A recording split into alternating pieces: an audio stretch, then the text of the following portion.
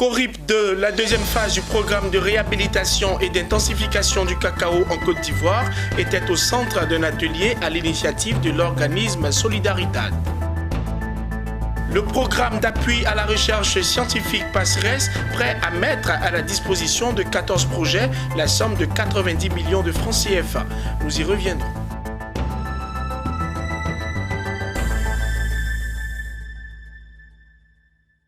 Mesdames et messieurs, bienvenue.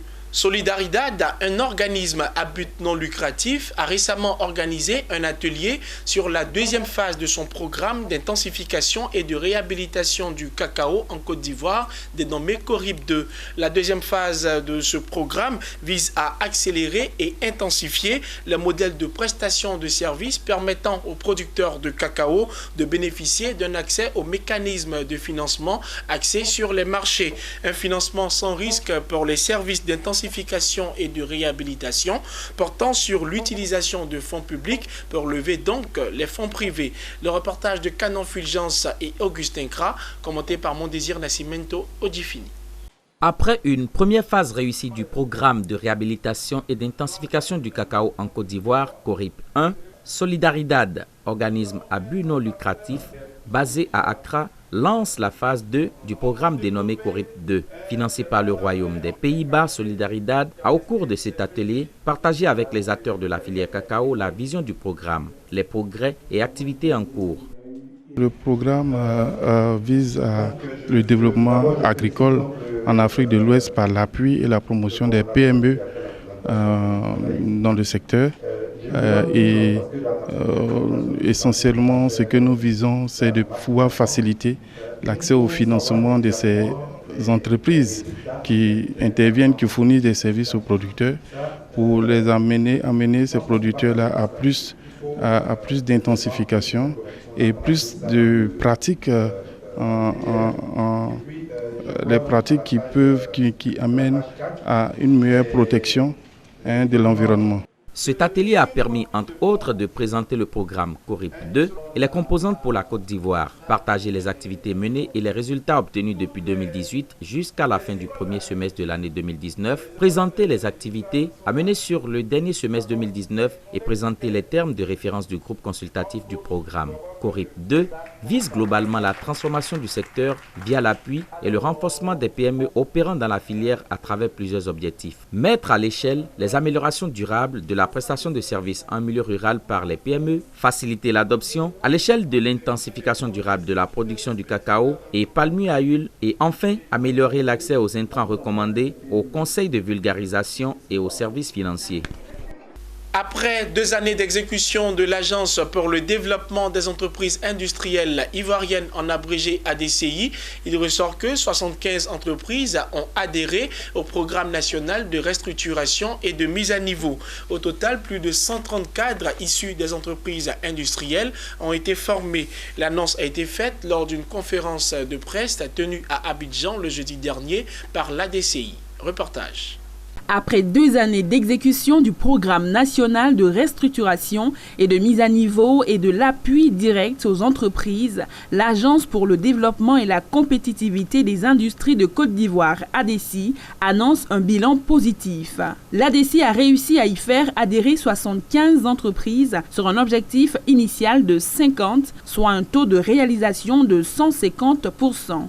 Et nous pensons honnêtement que l'ADCI est un outil indispensable à l'accompagnement des entreprises industrielles en Côte d'Ivoire. L'ouverture des frontières, opérer dans un marché continental de libre-échange, exige que nos entreprises industrielles soient structurées, soient armées pour aller compétir.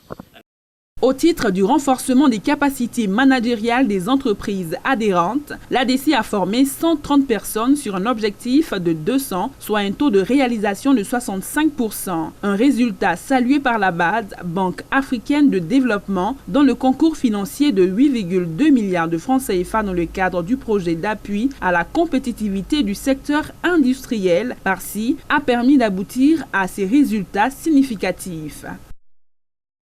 Un certain nombre de chefs d'entreprise qui ont bénéficié du programme, qui en sont satisfaits. Et je pense que pour nous, c'est la plus grande satisfaction.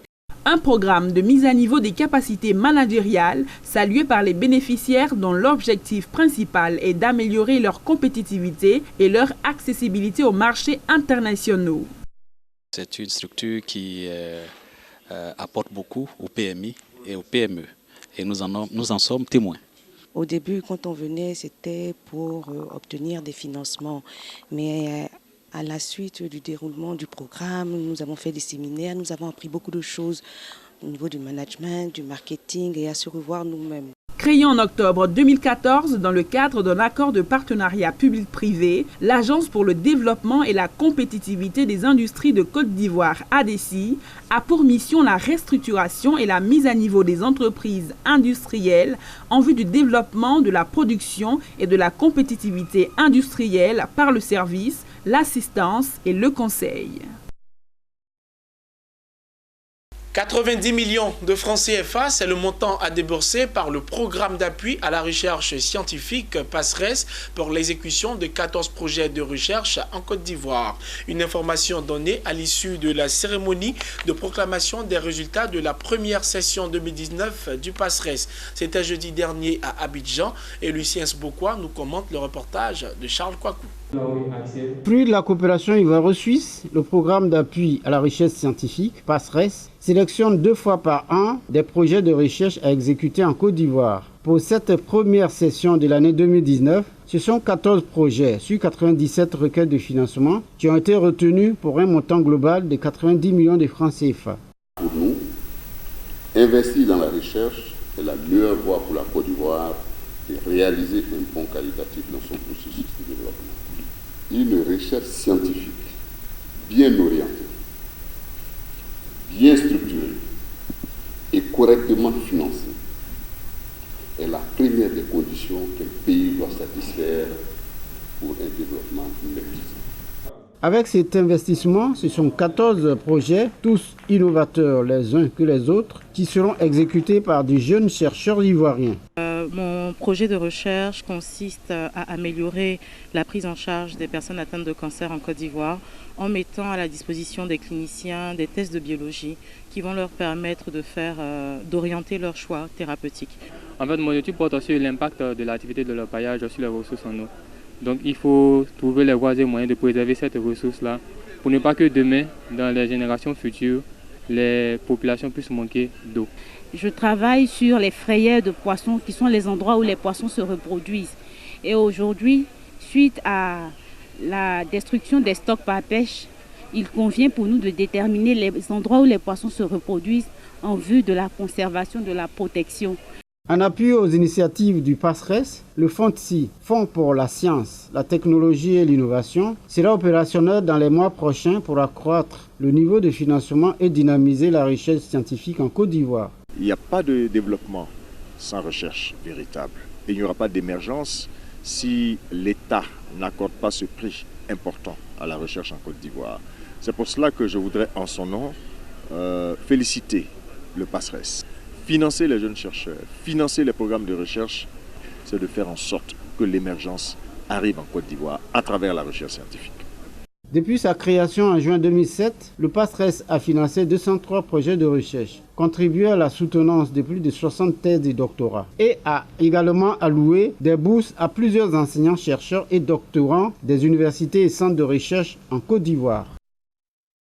L'École nationale supérieure de statistique et d'économie appliquée ENCA célèbre les 20 ans de la promotion des ingénieurs statisticiens et économistes de l'année 1999. Il s'agissait donc pour l'ENCA d'honorer cette promotion pour sa reconnaissance envers leurs cadets de la promotion 2019. Le reportage de Marthe Sekongo et Mbeswan, commenté par Corona Sekongo. C'était un moment solennel plein de symboles pour la 20e promotion des ingénieurs statisticiens et économistes ISE 1999. L'École nationale supérieure de statistique et d'économie appliquée NCA a voulu honorer cette promotion pour sa reconnaissance envers leurs cadets de la promotion 2019. Pour l'occasion, les autorités administratives, enseignants et membres de la dite promotion ont pris d'assaut l'amphithéâtre. Le directeur de l'NCA, Hugues Quadio, s'est réjoui des performances de ses étudiants. Sur 46 impétrants, tous sont jugés aptes. Je suis heureux de vous annoncer que, suite aux délibérations du jury de fin d'année tenues dans l'après-midi du vendredi 19 juillet, tous les élèves de cette 30e promotion ont été déclarés diplômés.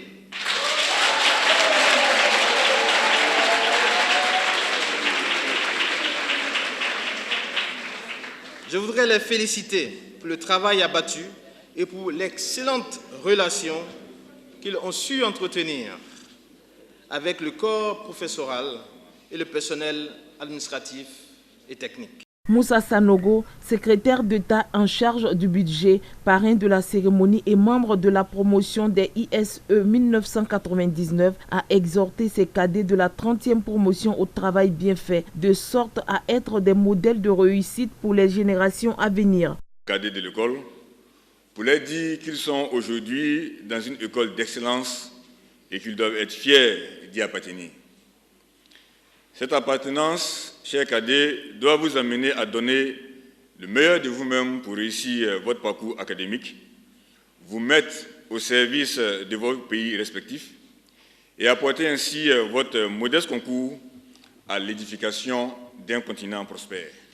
La ministre du Plan et du Développement Kabanyale, ministre de tutelle, a salué cette initiative qui se présente comme une marque d'attachement et de gratitude envers l'école. Elle y voit une aubaine pour communier avec les promotions sortantes pour leur prodiguer des conseils afin de faciliter leur insertion dans la vie active. La cérémonie s'est achevée par la remise de dons de livres de la promotion ISE 1999 à la bibliothèque de l'École nationale supérieure de statistique et d'économie appliquée NCA et la pose de la première pierre d'un amphithéâtre.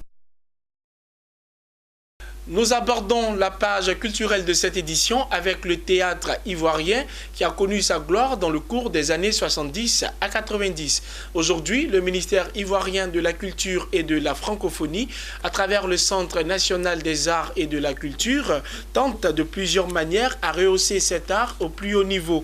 Dans ce contexte, la 5e édition des rencontres théâtrales d'Abidjan va se dérouler dans la capitale économique ivoirienne du 26 au 29 novembre prochain.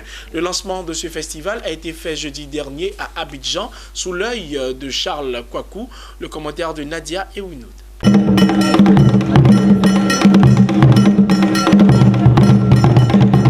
Ces pas de danse annoncent les couleurs de la 5e édition des rencontres théâtrales d'Abidjan, RETAB, organisées par le Centre national des arts de la culture. Les RETAB sont un programme de développement et de promotion du théâtre ivoirien. Par ses moyens et actions, ils visent à encourager la créativité et à sensibiliser les opérateurs du théâtre sur la professionnalisation de leur métier. Ce qui nous motive, j'allais dire, c'est vraiment la volonté affirmé du ministre de la Culture de revoir le théâtre, n'est-ce pas, au firmament des arts.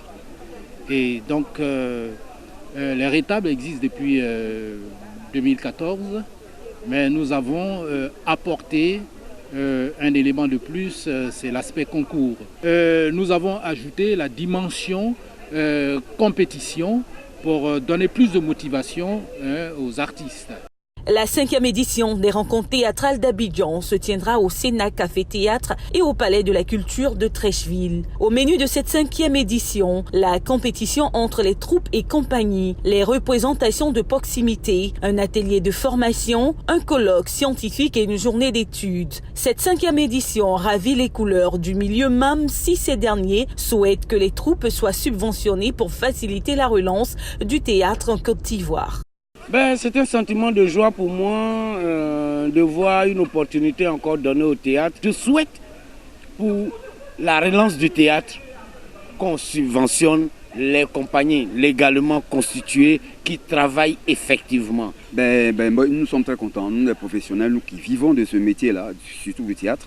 Et parce que cette fois-ci, surtout avec cette formule de compétition, je crois que ça va encore redonner encore plus d'élan aux troupes qui étaient un peu endormies. Les inscriptions au concours des rencontres théâtrales d'Abidjan vont se dérouler du 1er au 30 août 2019. Du 5 au 15 octobre, les organisateurs procéderont à la sélection des finalistes. Les 10 troupes et ou compagnies artistiques seront officiellement connues le 15 octobre prochain. Cotonou, la capitale béninoise, abrite du 19 juillet au 4 août 2019 la foire de l'indépendance du Bénin. Cette foire annonce donc la célébration des 59 ans d'indépendance du pays. Le lancement a été fait par le ministre de l'Industrie et du Commerce au stade Mathieu Kérékou de Cotonou en présence de plusieurs autres personnalités. Le reportage est de Étienne Kiki et Rachel Odeko. La foire de l'indépendance du Bénin FIB 2019 a été lancé ce mardi 23 juillet dernier en présence de plusieurs personnalités et exposants. Cette 12e édition se déroule sur l'esplanade du stade de l'Amitié Générale Mathieu Kérékou à Cotonou. Organisée par la pièce, agence de promotion des importations et exportations, cette foire réunit 350 exposants venus d'une vingtaine de pays et repartis sur 400 stands. Démarrée le 19 juillet et qui prendra fin le 4 août pendant 17 jours, plus de 400 stands seront ouverts avec divers objets de plusieurs pays du Bénin, de la Côte d'Ivoire, le Mali, le Burkina et bien d'autres. Le directeur général de la pièce souligne que cette initiative fait partie des lignes droites et réformes du gouvernement. La présente cérémonie d'ouverture de la foire de l'indépendance du Bénin, qui nous rassemble aujourd'hui ici, s'inscrit dans la droite ligne des objectifs du gouvernement, qui est de multiplier les manifestations qui permettent en fait de faire découvrir ici, chez nous et même à l'étranger, les produits du terroir. Pour le ministre de l'Industrie et du Commerce, cette foire est pour une fois une opportunité pour les différents exposants de nouer de nouveaux contacts dans le domaine des affaires. Je vous invite à vous déplacer massivement sur le site de la foire au stade général Mathieu Kérékou pour visiter les stands, faire des achats et ou prendre des contacts d'affaires. Après la coupure du ruban, les ministres venus à ce lancement ont visité les stands des exposants. La population du Bénin est donc attendue jusqu'au 4 août 2019, date de fermeture des rideaux. C'était la dernière information de ce journal. Mesdames et messieurs, merci de nous avoir suivis et bonne suite de programme sur Business 24 Africa.